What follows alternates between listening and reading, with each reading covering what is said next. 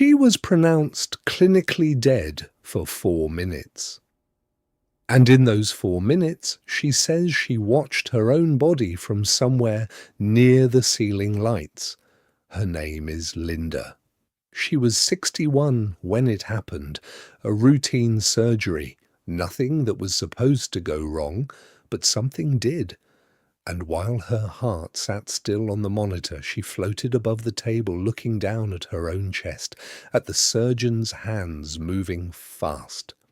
She heard them, not muffled, not distant, every word clear as a bell.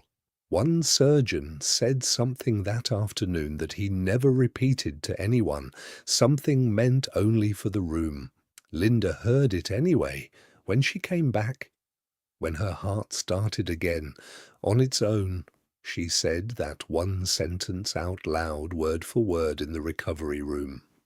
The surgeon went pale. He asked her how she knew. She didn't have an answer. Not then. It would take her years to understand what happened above that table, and even longer to accept what it meant about the nature of her own mind. This is her story. The sentence started ordinarily enough. "I don't think I can do this anymore," the surgeon said, so quietly Linda almost missed it from above the ceiling lights. It was what came right after those words that she has never been able to shake, and none of it makes sense until you understand who Linda was before that morning.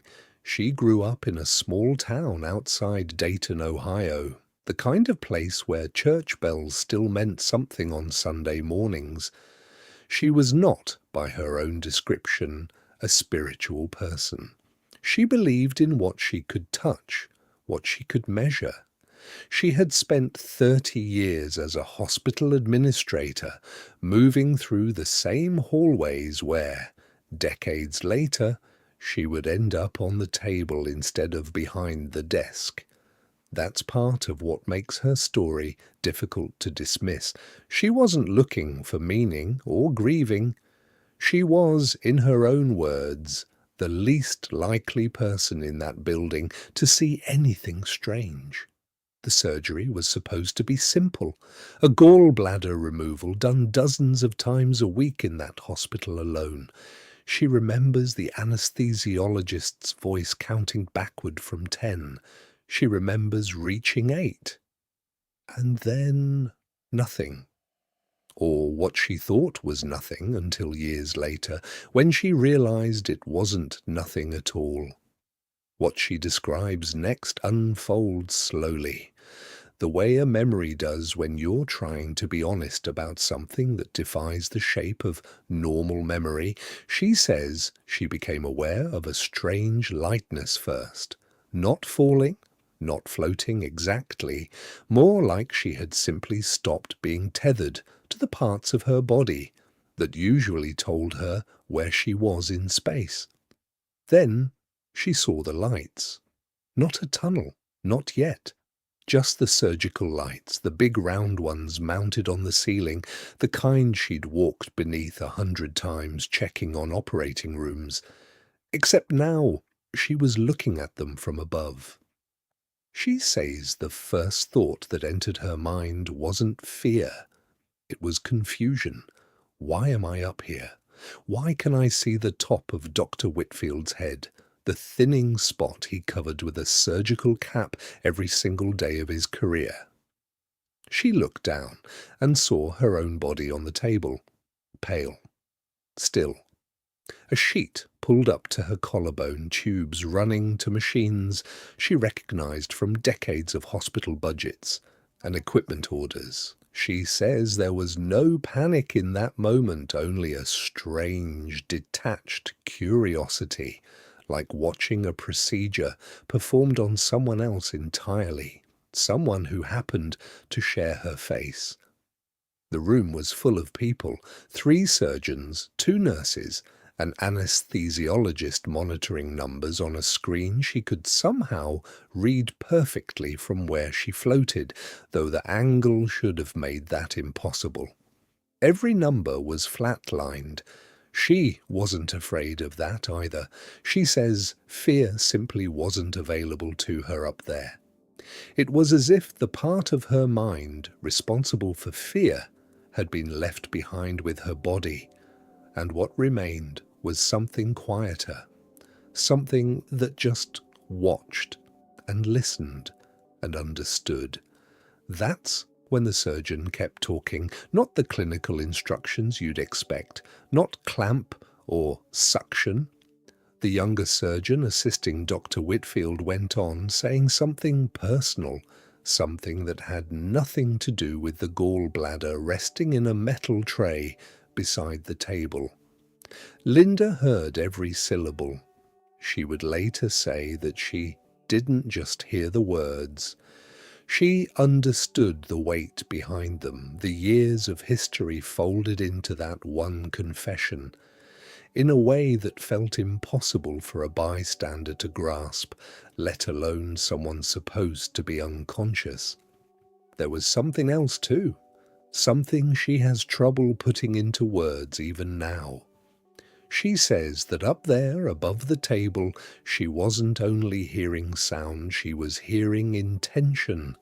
The nervousness in the younger surgeon's voice that no monitor could measure, the fatigue in Dr. Whitfield's shoulders, visible even from behind. She noticed the clock. 2:47 p.m. She noticed a nurse's shoe untied. She noticed a coffee cup left on the counter near the sink, the logo from a shop 2 blocks away, recognized from her own lunch breaks.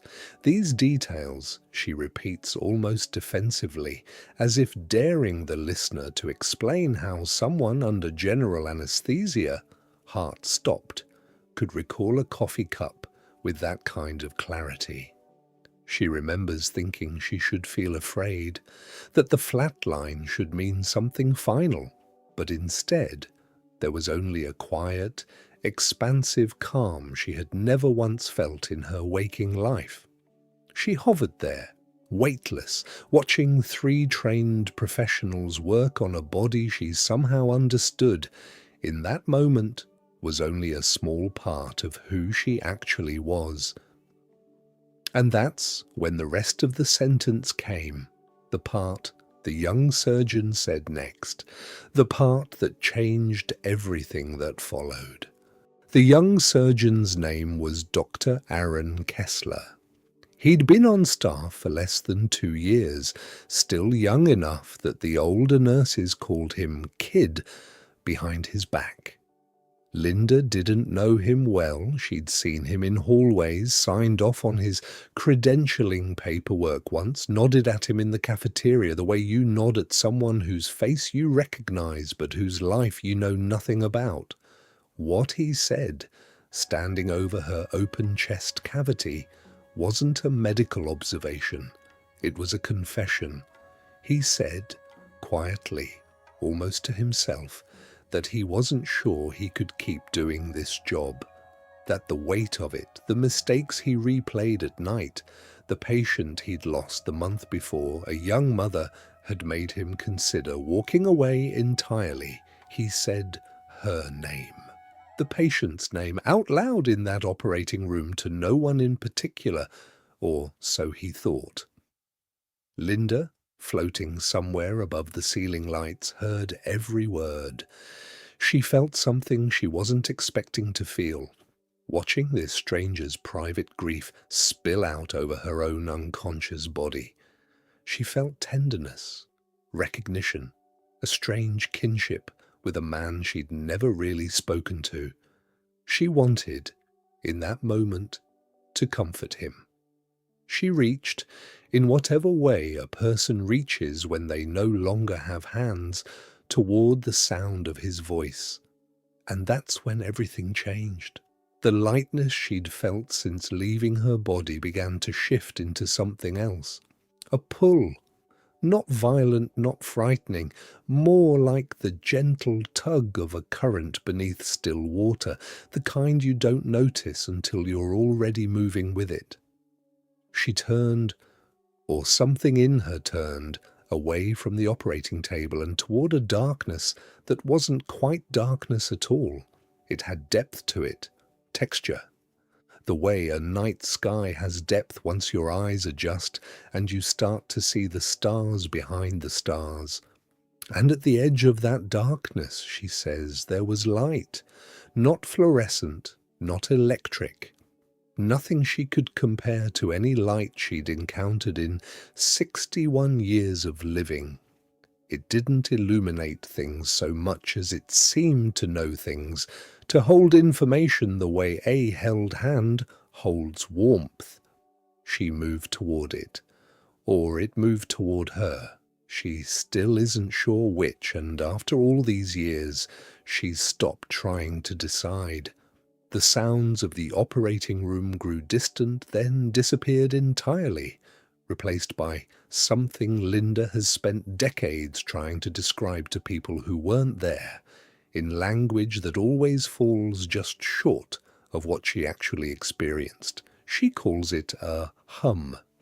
Not a sound exactly, a frequency, maybe, that she felt more than heard, resonating through whatever she was now that she no longer had ears to hear with, or a chest to feel vibration in. The tunnel, if that's even the right word for it, wasn't long. It didn't feel like travelling any measurable distance. It felt like recognition, she says. Like something in her was returning to a shape it had always been, one that had simply been folded up and tucked away for 61 years inside a body she was only now beginning to understand had never been the whole of her. At the far end, the light didn't get brighter so much as it got closer, and within that light she began to make out a shape. Not a face at first, a presence. Something with edges she couldn't quite focus on, the way you can't focus directly on the sun even when you desperately want to see it clearly.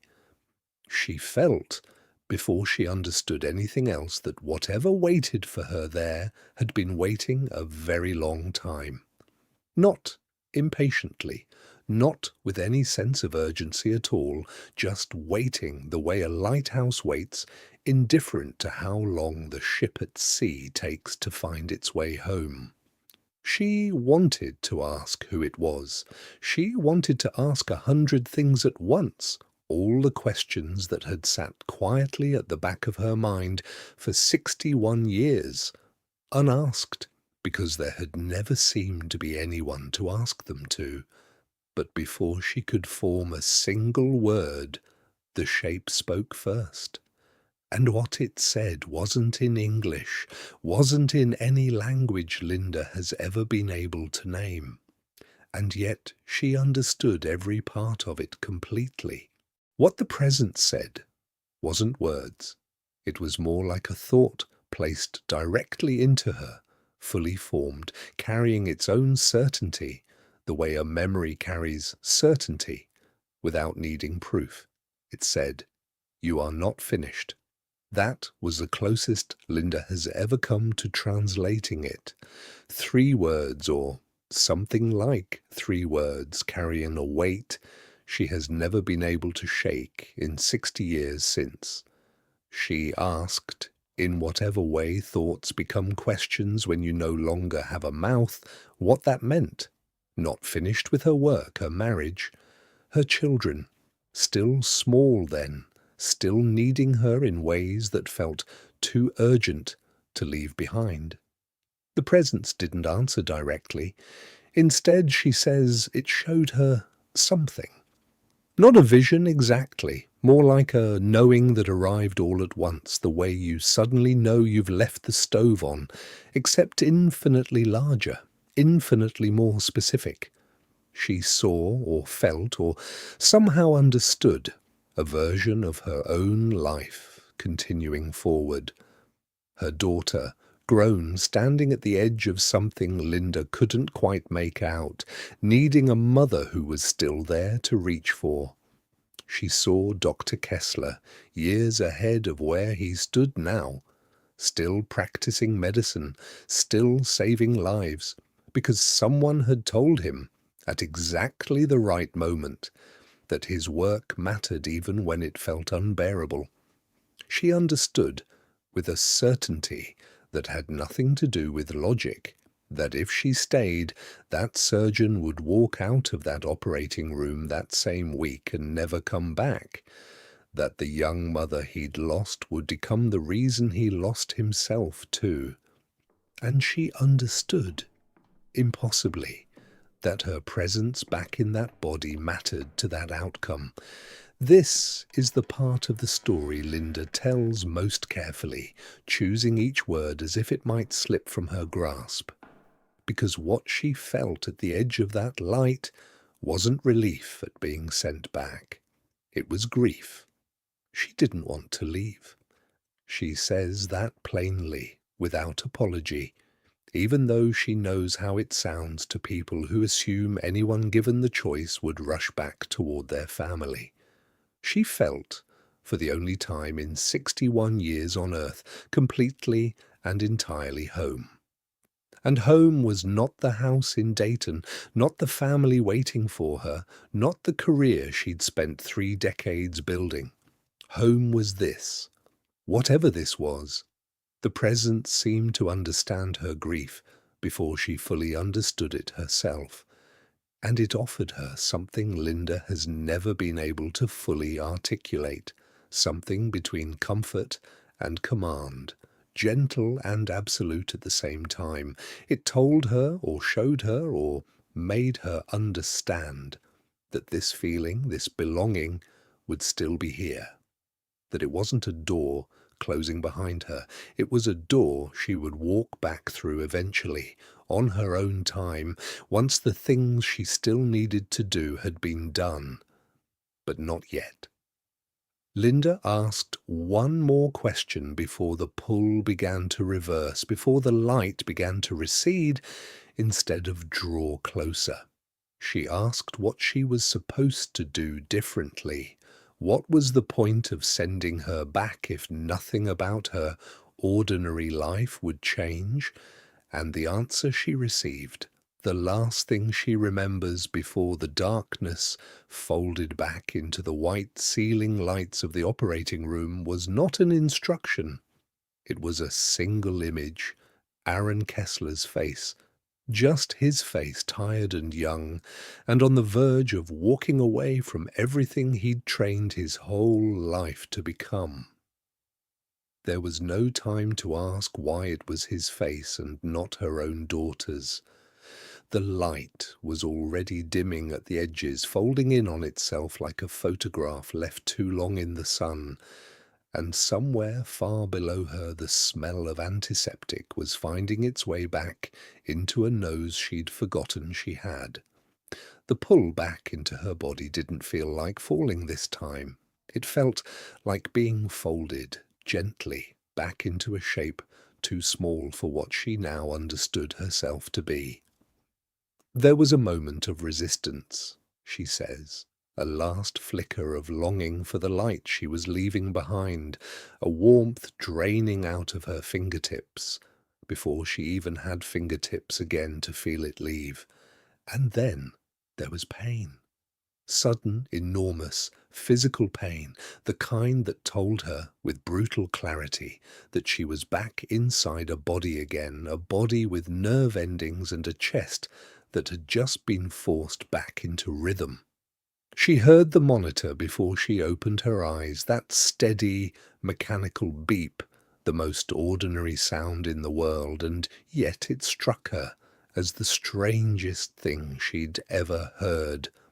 A body announcing that it had decided, against all odds, to keep going. Linda woke up in recovery 2 hours later, groggy, throat raw from the breathing tube, the ordinary aftermath of an ordinary surgery. For a while, she says, she almost let it go, almost filed the whole experience away as a strange dream, a trick of anesthesia, the kind of thing doctors love to explain with perfectly reasonable words like hypoxia and dissociation. But then Dr. Kessler walked in to check on her. He was doing his rounds, clipboard in hand, the same tired, dutiful posture she'd seen in 100 young surgeons over 30 years of hospital administration. He asked how she was feeling, standard bedside manner, nothing unusual, and Linda, still half-drugged, still not entirely sure what was memory and what was dream, said the only thing that felt true in that moment. She said his patient's name, the young mother, the one he'd lost the month before. She said it gently, she remembers, the way you'd say a name you weren't supposed to know, testing whether it would land or simply confuse him. It landed. Dr. Kessler's face changed instantly, all the professional composure drained out of it in a single second, replaced by something closer to fear. He asked her, very quietly, how she knew that name. Linda didn't have an answer that made sense.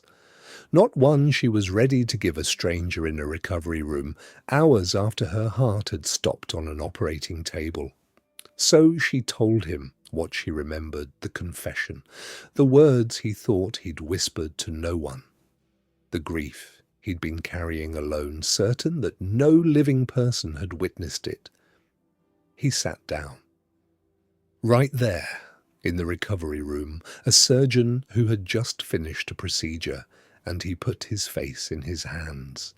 He told her later, once he'd recovered enough to speak, that he had, in fact, been planning to resign that week, that the loss of his patient had broken something in him that he didn't know how to put back together, and that he had already drafted the letter, already imagined the conversation with the chief of surgery. Linda's words in that recovery room, he said, were the only thing that stopped him from sending it. This is the point in the story where Linda always pauses, and where anyone hearing it for the first time tends to lean forward, waiting for an explanation that resolves the mystery into something manageable. But there isn't one.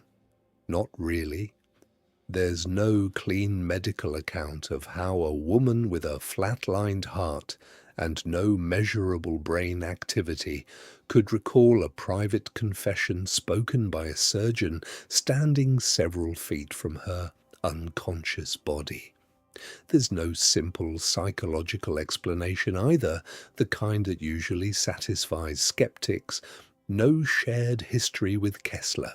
No way she could have known his patient's name through hospital gossip. Nothing that would let a reasonable person wave the whole thing away as coincidence or cold reading. What there is, instead, is a question. The same question Linda has carried with her for the better part of 2 decades now. One that she says never fully leaves her, even on the most ordinary days of her life.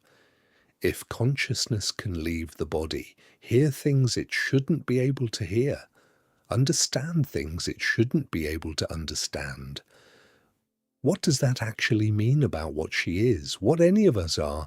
Is the mind something the brain produces, the way a bulb produces light extinguished the instant the bulb breaks? Or is the brain something closer to a radio, a receiver tuned to a signal that exists independently of it, a signal that doesn't stop broadcasting just because the receiver goes quiet? Linda doesn't claim to know the answer. She's careful about that, almost stubbornly so, refusing every invitation to turn her experience into a tidy, spiritual doctrine. But she says the question itself changed her. Not in a dramatic, life-upended way, in a quieter way, the way a single crack changes a foundation, invisible most days, but permanently, structurally there. She went back to work 3 weeks later. She still balanced budgets, still sat through board meetings, still lived, on the surface, exactly the life she'd lived before. But underneath it something had shifted. And it would take years before she understood what that shift was actually asking of her. In the months that followed, Linda started reading. Quietly at first, almost secretly, the way you might research a diagnosis you're afraid to say out loud. Nothing about her experience had come wrapped in the language of any church she'd grown up around. What she was looking for was other people. People who had stood at that same edge, seen that same light, heard that same impossible clarity in a room where their body had, by every measurable standard, stopped functioning. She found them slowly, a support group 2 counties over, meeting in the basement of a community centre on Tuesday nights. A handful of academic papers written by cardiologists who had spent careers trying to explain away what their own patients kept insisting had happened to them. And she found, again and again, the same pattern. People who described leaving their bodies with a strange, matter-of-fact clarity, no drama in the telling, just simple description. The way you describe watching a movie from an unusual seat. People who reported hearing conversations, sometimes from other rooms entirely, conversations later confirmed by the people who'd had them. People who swore they'd spoken too quietly for anyone to overhear. People who met a presence they couldn't name in a light they couldn't compare to anything in ordinary experience, and who returned changed by a message that rarely arrived as words but as understanding. And people who, like Linda, returned reluctantly. Not grateful to be alive in the way movies always suggest they should be, but mourning, quietly and privately, an experience of belonging they'd never found anywhere else before or since. This was the detail that struck Linda hardest, sitting in that basement listening to strangers describe her own experience back to her in their own words. She wasn't alone in the reluctance, wasn't alone in the strange guilt of missing a place she couldn't return to on command. She began to understand something else too, something that took years to fully settle into her. These weren't isolated incidents, scattered coincidences dismissed one at a time by whichever doctor happened to be on call. There was a pattern, a consistency across people who had never met each other, who lived in different states, different countries, different decades, describing a threshold experience with the same core features again and again. The tunnel, the light, the presence, the message that wasn't finished, the reluctance to return, the sense, above all, of having briefly touched something more real than ordinary waking life, not less real the way skeptics always assumed, but more. Linda started calling them, privately at first and then more openly as the years passed, those who returned. Not survivors, not patients. Something closer to messengers, carrying pieces of an experience the rest of the world wasn't equipped to fully receive. She and Dr. Kessler stayed in touch in the loose, occasional way that people connected by something extraordinary tend to. He didn't resign that year, or the year after.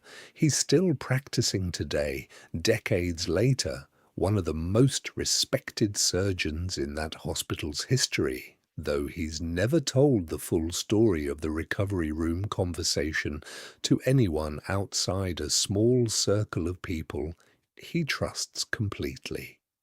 He told Linda once over coffee that he thinks about that day every time he considers giving up on a difficult case. He said her words didn't just save his career.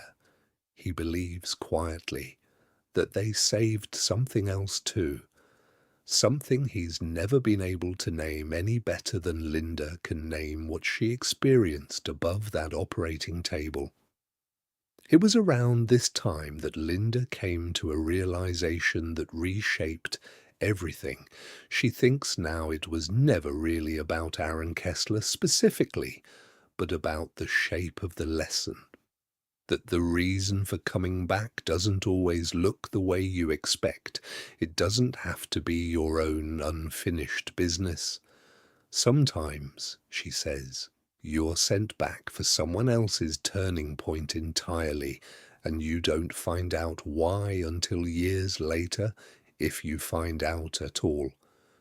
Linda still doesn't know exactly what she is in the fullest sense of that question. She's stopped expecting a final answer, but she knows with a certainty that has never wavered in all the years since, that she is not only the body sitting in the recovery room, the administrator balancing budgets, the mother, the wife, the woman everyone around her assumed they understood completely. She is something that can leave, something that can hear a stranger's private grief from somewhere near the ceiling, something that touched a light at the edge of an unimaginable darkness and was told in no uncertain terms that the story wasn't over yet. 12 years after the surgery, Linda's husband was diagnosed with an aggressive cancer, the kind that moves faster than treatment plans can keep up with. She spent that year the way anyone does, in hospital corridors that had once been her professional territory, now suddenly foreign, now suddenly the setting for the hardest thing she'd ever face. She never told him the full story of what happened above that operating table, not because she doubted it, not anymore, but because she wasn't sure how to hand someone she loved a truth that might unravel more than it healed. Until the last week. He was fading by then, mostly sleeping, drifting in and out of a consciousness that seemed thinner every day, the way a signal thins the farther it travels from its source. And one evening, in a rare, lucid hour, he asked her, almost offhandedly, if she thought there was anything after. Linda hesitated. 30 years of clinical detachment told her to give a gentle, non-committal answer, the kind hospital administrators learn to give grieving families without ever quite lying to them. Instead, she told him everything. The floating, the lights, the presence at the edge of the dark. The message that she was not finished, and the grief of being told to turn back toward a life she'd stopped for one suspended moment, wanting. She watched his face as she spoke, braced for disbelief, for the kind, polite skepticism people offer when they think you've lost your grip on reality under the weight of exhaustion and impending loss. He didn't offer either. Instead, he reached for her hand, weaker than she'd ever felt it, and he said something that has stayed with her every day since. He said, "Then I'm not scared of the dark part. I'm scared of missing you on the other side of it." She held his hand until the early hours of the morning, telling him over and over, in whatever words she could find, that whatever waited beyond that threshold, it wasn't a place that erased the people you loved. It was a place that seemed to know exactly who mattered to you and why.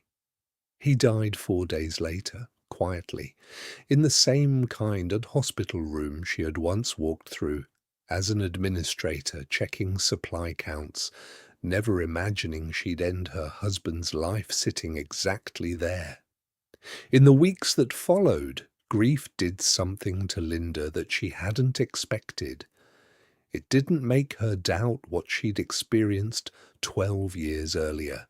It made the memory sharper, more insistent, as if her own brush with that threshold had been preparation not just for her own eventual return to it, but for this exact bedside, This exact conversation, this exact moment of easing someone else's fear of the unknown. She began to wonder whether the message she'd been given above that operating table had ever really been just about Aaron Kessler at all. Whether the surgeon's face was simply the first, most immediate reason she could understand at the time.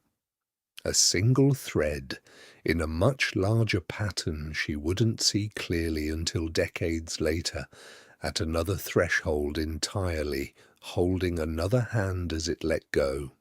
She started writing then, not for publication, not at first, just for herself, trying to put language around an experience that language kept failing to fully hold.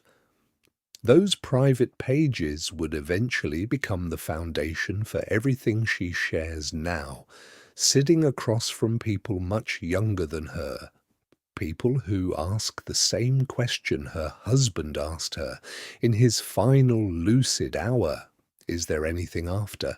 And Linda, unlike most people ask that question, has an answer she trusts, even if she can't fully explain it, even after all these years of trying.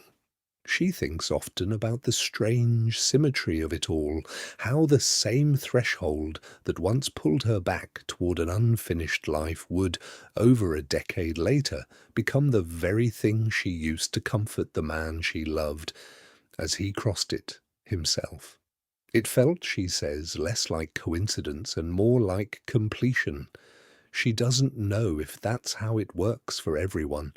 She's careful, always, not to promise more than her own experience can support. But she knows that whatever she touched above that operating table wasn't cold, wasn't indifferent, wasn't the empty nothing some people fear, waits on the other side of a monitor going flat. It was warm, it was aware, and it seemed, impossibly, to already know the shape of the life she was about to return to. That certainty is what she carries into every conversation she has now about death, about grief, about the fear that sits quietly under most people's daily lives, even when they never say it out loud. She isn't trying to convert anyone. She simply tells people what she saw, what she heard, what she has spent the rest of her life trying to live up to. There is one detail Linda has only shared publicly in the last few years, something she kept private for decades, even from the support group in that community centre basement, even from her own children. It happened almost 20 years after the surgery, in a hospital of her own, this time as the patient again, this time for something far less routine than a gallbladder. She was under for a cardiac procedure, briefly, only a handful of minutes, nowhere near the length of that first encounter. But it was enough. She felt the same lightness, the same lift away from her body, and this time, she says, there was no confusion at all, no disorientation. She recognized the feeling instantly, the way you recognize a familiar room, even with the lights off. She moved toward the same darkness with depth, the same light at its edge, faster this time, as if some part of her already knew the way. And this time, when the shape appeared, she saw it clearly. Not a stranger, not an abstract presence without a face. She recognized it. She says it was her mother, who had passed away 11 years earlier, but not exactly as her mother had looked in life. Younger, somehow, and older at the same time, the way a person looks when age stops being the thing that defines them. And behind her mother, she says, there were others, faces she knew, faces from a lifetime of loss, standing together at the edge of that same light, no longer separate from each other, no longer separate from her. Her mother didn't speak in words this time either. She simply reached out, the way she used to when Linda was a child, crossing a busy street, an instinctive gesture of protection that needed no translation. And in that gesture, Linda understood something she has spent years trying to put into language, precise enough to share. The presence she'd met 20 years earlier, the one that told her she wasn't finished, hadn't been a separate, distant entity at all.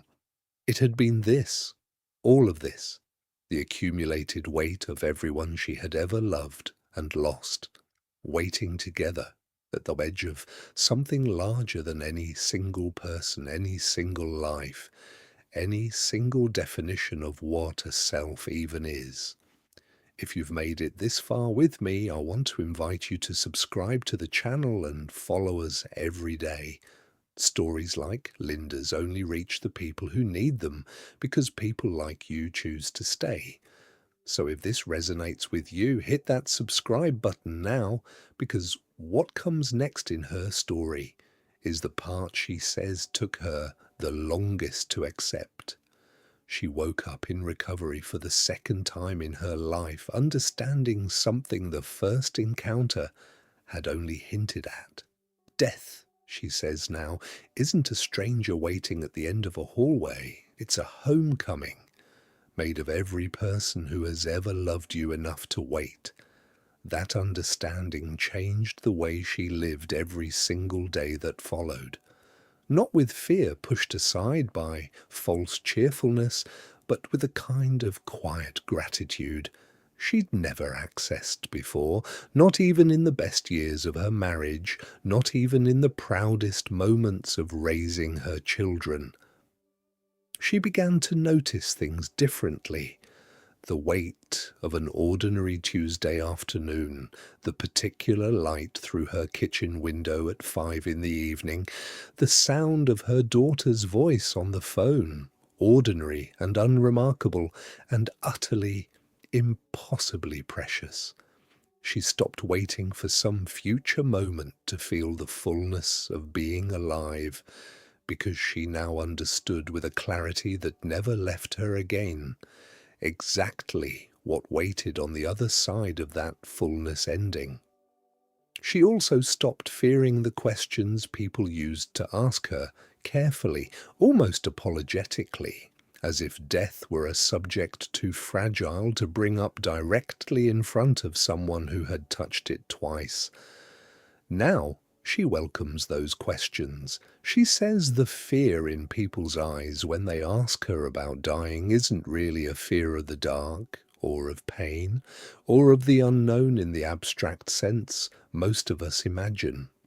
It's a fear of being forgotten, of arriving somewhere and finding no one there who remembers your name, no one waiting who ever cared enough to notice you were gone.